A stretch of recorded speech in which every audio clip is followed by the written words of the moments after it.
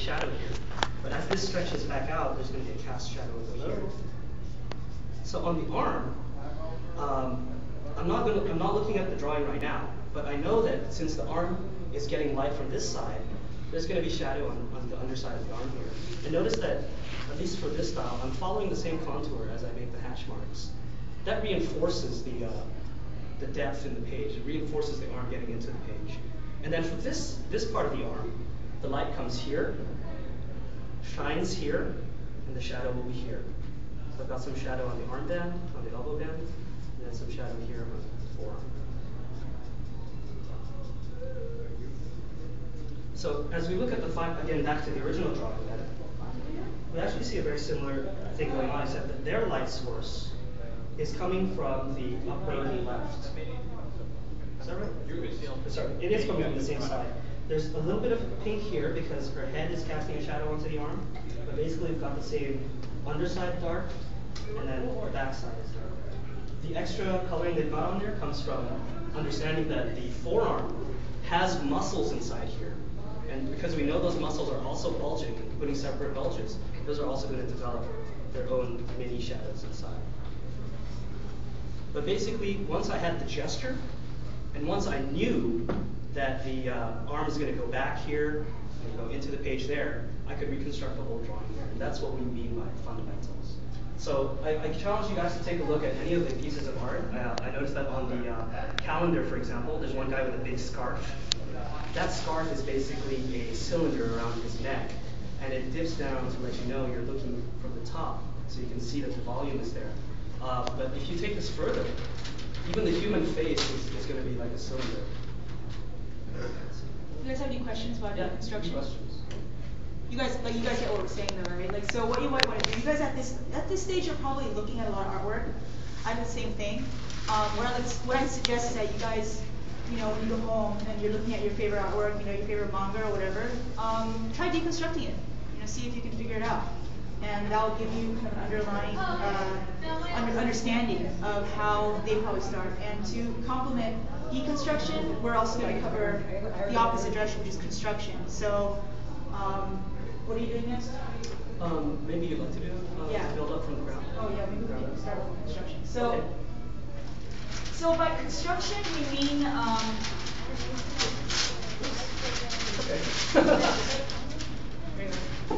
So by construction, every drawing starts from a beginning, and basically, how many of you guys are drawing it? Very good. And how do you guys usually start? You guys probably start with some gesturing, maybe some stick figures, things like that, right? The reason why we do that is because oftentimes artists will just jump directly into a drawing, right? So if I go here and I'm like, okay, you're gonna continue drawing, but you're so busy focusing on this that you kind of start losing track and you don't really understand or get an idea of the entire canvas you have. And I don't know about you, but oftentimes I draw like a leg too long, or like an eyeball is like too far off in one direction, and it sucks. I have to redraw it, and that basically wastes your time because you didn't plan ahead. So construction is basically planning ahead.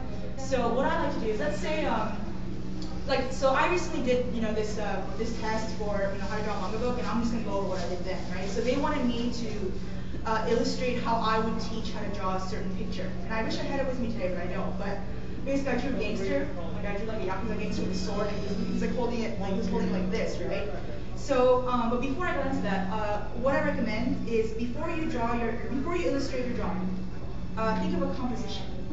And and by doing that, thumbnails, you guys know what thumbnails are, right? Basically, they're little small sketches, really quick doodles that you do that help you kind of get an idea of what you want to do. So in my case, I already showed you the pose, he's just basically being badass like this, right? But before that, what I did was I just did a few of these.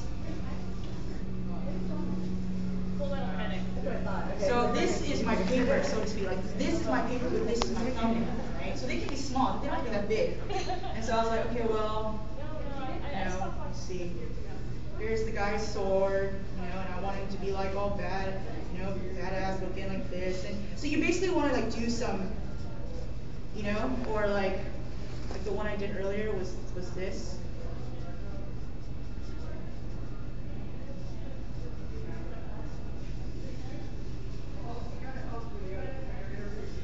what you want to do is, they don't have to be detailed, but what you want to do is just kind of not only loosen your arm up a little bit, but you also want to just get an idea of what you want to do beforehand, so that when you actually get there, it's not, you're not like kind of fumbling in the dark, like, oh, you know, what am I going to do with this next? You know, because that wastes time. You want to, you know, get on with the drawing.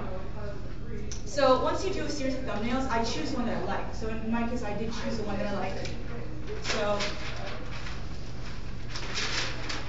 next step is you take your thumbnail and you put it on your canvas. So that little square, little rectangle that I drew earlier, this is it. So now you're ready. You're like, okay, I know what I want to do, right? And so the first thing you do is like what Ian was saying, you lay down a foundation by doing gestures. And I'm going to go over a quick lesson on like the skeletal structure. Basically, if you break it down,